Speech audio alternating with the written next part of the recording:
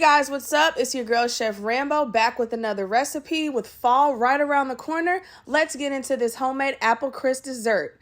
Let's get started. So the first thing we're going to need is some Quaker old-fashioned oats, 2 sticks of cold unsalted butter, salt, light brown sugar, ground cinnamon, dark brown sugar, vanilla extract. You're going to need some flour as well as some white sugar. And we're going to start off with about 7 to 8 green Granny Smith apples. I know I have 7 pictured here, but I really ended up using 8 of them things, okay?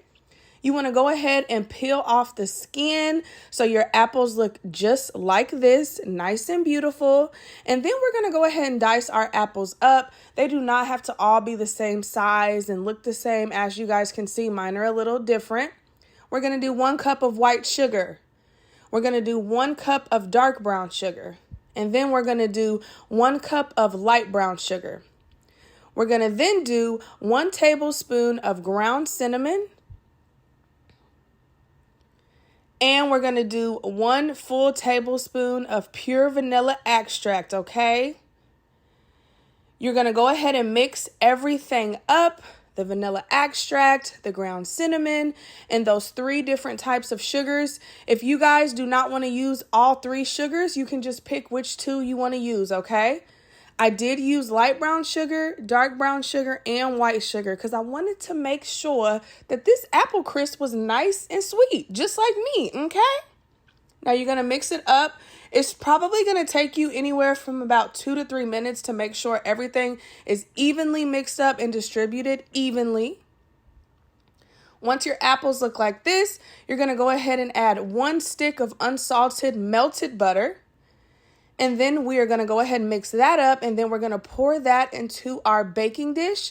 You can use whatever type of baking dish you want to use, okay?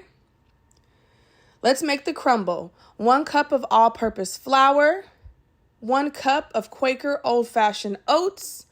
We're going to add a little pinch of salt.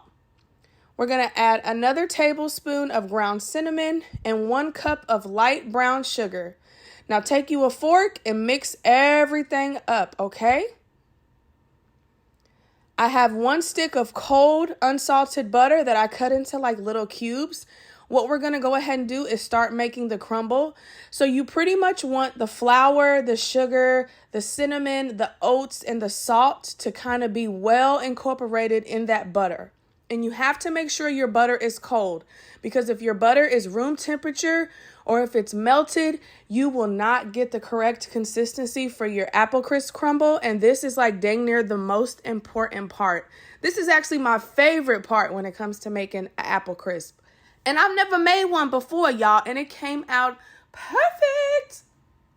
Okay, as you guys can see, the apple crisp crumble is looking freaking amazing. It's absolutely phenomenally amazing looking, just like me. And what we're going to go ahead and do is just pour this crumble right on top of our delicious apples. Some people is like, oh my gosh, girl, where's the caramel? Girl, we don't need no caramel, okay? We low-key made our own caramel. As you can see, you know, you want to make sure that you have to do a full cup of the oats and a full cup of the flour so we can make sure this whole apple crisp gets covered in the crumble. I don't want any area of this crumble to not, any area of this apple crisp to not have crumble on it, okay? Gonna save some of that melted butter and brush some right on top. Ooh, wait, girl, that look good. Okay. And then I saved a little bit of cinnamon sugar, and I'm just going to pour that right on top too for like an additional sweetness, you know, as it bakes. You guys do not have to do this. It is completely optional. We're going to bake this on 350 between 50 minutes and 1 hour. And baby, like I said, this was my first time making this homemade apple crisp. Look at them apples, baby. Ah! This looks so freaking good, y'all. Stop playing with Chef Rambo. With fall right around the corner, this is going to be the perfect dessert to top off your weekend. When you're hanging out with your friends and you're looking up and thinking of really cool recipes to make, y'all make this homemade apple crisp. Stop playing with me. Now you want to let this cool for about 1 hour before you serve it. But I couldn't wait no hour, y'all. This was like 30 minutes for me.